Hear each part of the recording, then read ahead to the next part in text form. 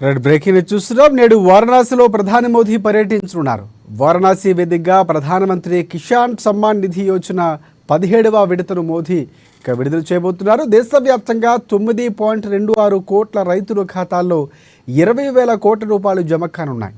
దీని ద్వారా 9.3 కోట్ల మంది రైతులకు ప్రయోజనం చేకూరుతుందని అంచనా.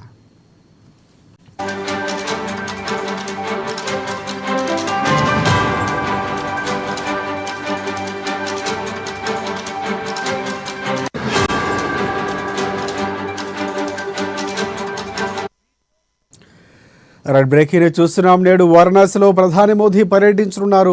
వారణాసి వేదికగా ప్రధానమంత్రి కిసాన్ సమ్మాన్ నిధి యోజన 17వ విడతను ప్రధాని మోదీ విడుదల చేయనున్నారు.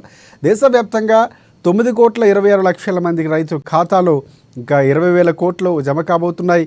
దీని ద్వారా 9.3 కోట్ల మంది రైతులకు ప్రయోజనం చేకూరుతుందని అంచనా వేస్తున్నారు.